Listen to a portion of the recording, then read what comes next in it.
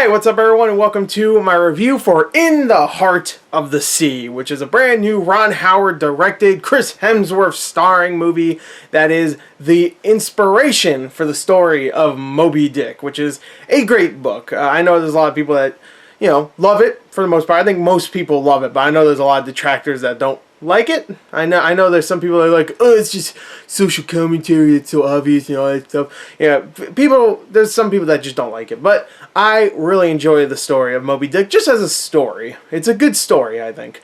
So, and the multiple different movie adaptations, my favorite being the Moby Dick starring Gregory Peck as Captain Ahab. So, let us talk about this movie because I was actually really excited for this film because when it first showed, I think the first trailer almost showed like a year ago at this point. It was supposed to come out like March or April this year, but then it got pushed back because they wanted to add the 3D, I think, or they wanted to like continue filming, or they just wanted it to be a Christmas film. I'm not sure, but bad idea opening a week before Star Wars, that's for sure. But it's a movie I was really looking forward to. So let us talk about this film. Alright, so the story for In the Heart of the Sea, like I said, it's the inspiration for the story of Moby Dick. And this movie definitely wants you to know that because they mention Moby Dick in the first maybe 2 minutes of the film. Because it actually follows Herman Melville in the beginning, who is the writer of Moby Dick. Obviously not, in the movie because he's dead. So they got an actor to play him. Ben Whishaw, who we just saw in Spectre as Q. Just the letter Q. Who was great in that, and he was great in... what was the last one? Skyfall. That was one of the best ones, and I forgot the freaking name. I don't know. I'm sorry. But anyway, it follows him as he is looking for the next... he's looking for inspiration for his next story. And he heard of this guy, Thomas Nickerson, played by Brendan Gleeson, who's also a great actor, who has a story to tell, but he doesn't want to tell anybody. But of course, he reluctantly tells Herman Melville about the story because they need some money, and Herman Melville is like straight up like, here's a lot of money, just tell me the story. If it's great, cool. And he tells the story, and that's where it starts off with. It follows Owen Chase, played by Chris Hemsworth, who is the first mate of the Essex, which was a whaling ship led by, I forgot the captain's name, but led by Abraham Lincoln from Abraham Lincoln Vampire Hunter, same actor, Benjamin Walker. Good actor, I like him. I'm glad he's getting more roles because I liked him in that movie. Probably the best thing of that movie. It's not saying much. I like that movie, so I don't even care. I had fun. Okay, when he chops zombies with an axe, I was like, zombies. What? That's the other one. That's that Asylum movie. Don't watch that one. That one sucked. When he's chopping vampires, it was a lot of fun. I don't care. But anyway. Of course, they have a little feud because Chris Hemsworth was actually supposed to be the captain of the Essex, but some stuff happened. Whatever. There's a little feud that doesn't really get resolved, or well, it kind of does, but it's barely developed.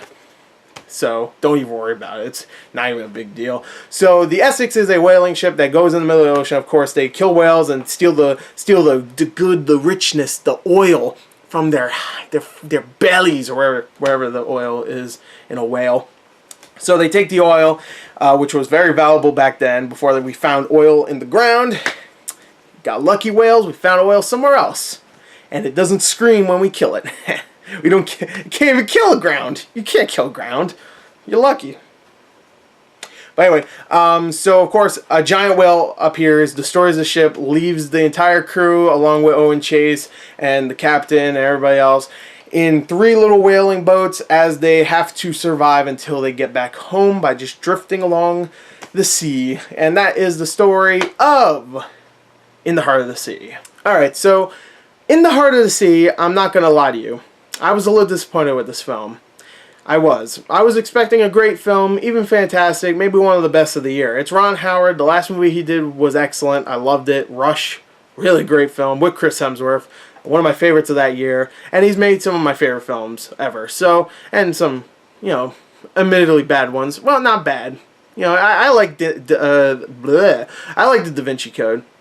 I like Angels and Demons. The Dilemma sucked. I will admit that sucked. But he's made some amazing films. So I was expecting this one to be a fantastic one, especially with the source material. But it just ended up being a good movie that was a little okay, like a little subpar in some sequences, and then some really good sequences. Like it was really good in some other sequences. Like there's a whole scene in the middle of a storm where they're on the ship and they have to, like, you know, survive a storm, and they're getting swung back and forth and stuff, and the ship's almost like capsizing and stuff, and it's really, really intense, and the camera work is great. The special effects are really well done. I've even heard some people complain about that scene, like, oh, the water effects are really annoying. It's like you can't see anything because it's so dark and the water is everywhere and stuff. I was just like, it was fine with me. I could tell what was going on, and I thought that was a really good sequence. And of course, the whale sequence, when the whale shows up and destroys the Essex, it's a really good sequence. It's short, admittedly. It could have been a little bit longer. It was like maybe 5 minutes total, but it was a really good sequence. And again, it was tense. It was very well done. Some great special effects. The whale looked great. Like I said, the storm sequence looked really good. The cinematography was very, very, I wouldn't say gorgeous, because the movie was not trying to make anything look gorgeous. If anything, it tried to make everything look kind of grim and dirty and disgusting. But it was very beautiful how they filmed everything. Everything looked really, really well done. And I don't know, the acting, the makeup when they're stranded in the middle of the ocean looks great, especially with all the beards and shit all over their face. They look dirty. They're really skinny. All the actors definitely went above and beyond, because they definitely, like, they got skinnier, and they looked like they were stranded for about 3 months in the middle of the ocean. They did a great job. And saying all that positive stuff, there's just some stuff I just really didn't like.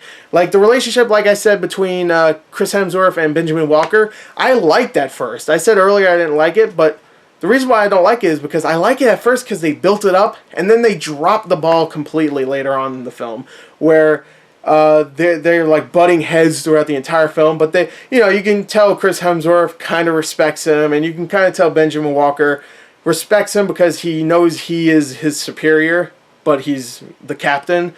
He knows that Chris Hemsworth is a better sailman, I guess, or a whaler, but he doesn't want to admit it because, you know, he's vain. So you could tell they kind of respect each other in their own way, but you know, they're butting heads and stuff, and they kind of drop it out of nowhere. And then later on in the film, they're kind of like, "Hey, you're a good man. You're a good man too." I'm like, what? Where'd this come from? There was no build up to that. Their character's just like, "Hey, I like you. I like you too, brother. Respect." You know, they did their secret handshake too. I'm like, where'd this come from? How do they have a secret handshake? It's 1800s. They didn't come up with that. That's bullshit. Well, there was no secret handshake. I'm lying, but still, you know what I'm saying. Like, why are they friends now, or why are they apologizing to each other or giving them each other respect? Like, I get that maybe there was like off-screen stuff, but they should have showed like a scene where they're like, "You know what, you're a good guy," or whatever, like, "I'm sorry for treating you like shit," besides just them later on being like, "You're a great sailman," out of nowhere. Like, there could have been a sequence, I don't know, I'm not a filmmaker, but I felt like it came out of nowhere. That's what I'm trying to say. It came out of nowhere, where they're just like, "You're a good man, you're a good man too." Like, you guys hated each other like 30 minutes ago, and now out of nowhere, like, "You're a good man too, man. I respect you," whatever. Like, I don't know. I felt like they just wanted to get it out of the way so they can focus on the whale, which is not the truth, because after the whale attack against the Essex, the whale barely shows up again. The whale is almost dropped out of the movie completely. There's times where Chris Hemsworth's looking out in the middle of the ocean, he's like, "Is that whale following us?" And then the whale shows up and does something, like he splashes and makes everybody fall out of their boats. And then there's a whole sequence at the end of the movie that's supposed to be the epic conclusion with the whale, and Chris Hemsworth's about to like stab it with the spear, and then they drop the ball with that as well. It's just dropping the ball so many times. I got what they were trying to do with that final sequence with the whale, but it just did not work. It didn't make me feel anything because we don't really know the characters. And that's my other problem. When they are stranded in the middle of the ocean and some of them start dying, hell, there's a whole scene where Brendan Gleeson explains that they actually had to cut a dead body up and eat it. Like, they had to eat a dead body, and it's very well done because it's just him looking at Herman Melville explaining, like, "We cut off his limbs, we ripped out his organs, we ate his heart first, we skinned them, and then we threw the rest of them overboard." Like, and it was a really good sequence. The thing is that you don't see it. You just hear him explain it because it's a PG-13 movie and you can't show Walking Dead style shit like that. That's the main problem, man.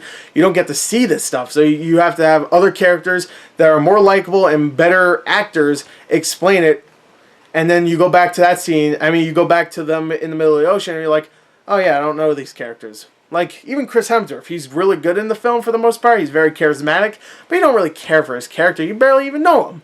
You know that he's going to have a kid. That's about it. That's all you really know about him. And also, he wants to be a captain of his own ship. That's about it. And something happened to his father. Okay, 3 things. But besides that, he's the main character, and you barely know anything about him. And you barely know anything about everybody else. Like, Cillian Murphy, I love that guy. He has almost no character in this film.